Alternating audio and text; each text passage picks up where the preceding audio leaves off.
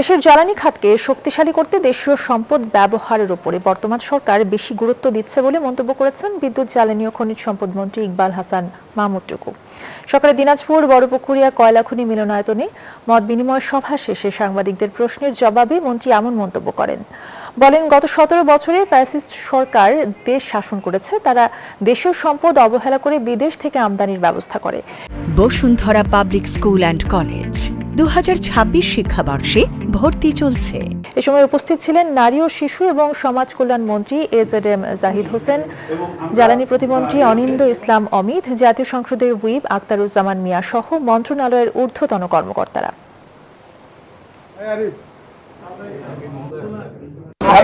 দেশের উন্নতির জন্য সবচেয়ে আগে দরকার জ্বালানি। আমার নিজের জ্বালানি থাকতে আমি বিদেশ থেকে এখানে ইম্পোর্ট করবো।